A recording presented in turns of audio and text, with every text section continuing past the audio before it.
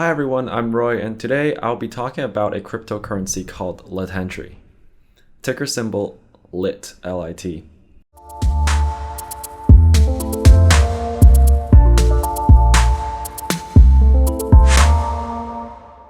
As I will be analyzing a cryptocurrency instead of a stock today, the structure would be slightly different from my other videos. I will go over the following in this video: what the problem this project is solving, advantages of Litentry, and how the tokens work. Let's go over what problem this project is solving specifically. With more software and platforms being created nowadays, there are more amounts of user data available. The issue with this large amount of data is how the data is interconnected within different systems, whilst also making them secure. Litentry is seeking to solve this problem with cross-chain identities by managing it with their protocol. This network will allow for decentralized identifiers with aggregation, verification, credit calculation/grading, and more. If you don't know what decentralized identifiers are, I will briefly go over what decentralized identifiers are. Decentralized identifiers are a type of identifier that enables a verifiable, decentralized digital identity. This is also known as a DID. A DID identifies any subject, such as a person, organization, data model, or anything that is requested by the controller. It is based on the self-sovereign identity paradigm whereby users should own their identity data entirely without intervention from outside administration, hence the name decentralized. The main difficulty in achieving a seamless DID mechanism is finding and integrating all DID standards into a single model. Litentry is seeking to create a transparent and secure method of data aggregation and verification. Especially within the decentralized finance space, this solution will make it easy to manage individual identities across different DeFi platforms and protocols, which is crucial for the scaling and adoption of DeFi.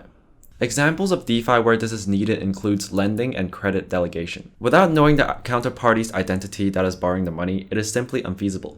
Further, this solves the issue with verifying actual users within the space. As within the decentralized space, a single person or entity can create large numbers of wallets, which connects to a single protocol. And the first problem is with decentralized governance. As the voting system is largely based on token weighting, if one large entity holds large amounts of tokens spread among multiple wallets, it may create a facade of having a decentralized community, when it is actually just controlled by one single person. Secondly is issues with airdrops. Individuals with large amounts of wallets may have unfair advantage in the system by receiving multiple allocations. These are just some of the use cases for an identity management system. On to other advantages of Litentry. Other than the fact that Litentry is seeking to solve cross-chain identity management, there are also other unique advantages. Firstly, Lit is actually listed on Binance, which means that it has already gone past the major exchange hurdle. This may suggest that it isn't just some trash coin. Secondly, it is built on Substrate, which means it will have the most beneficial features and technologies available within the blockchain industry. Also, it is therefore ready for Polkadot deployment.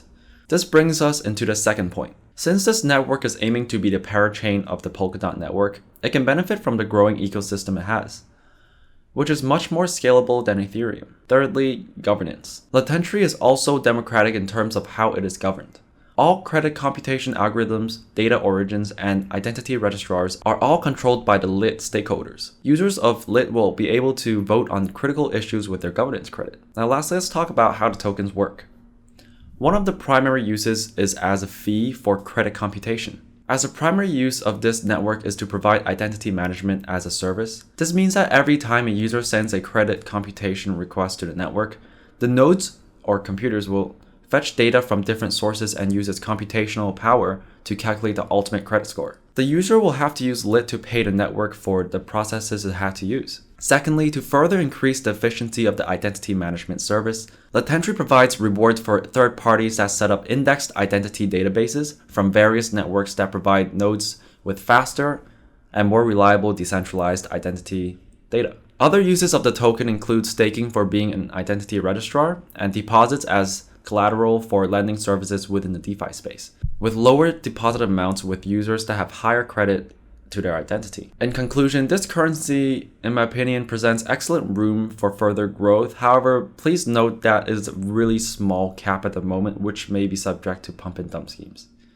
Thanks for watching, and if you would like to see more content like this, please consider liking or subscribing. And if you have any questions regarding certain sections, please consider commenting below.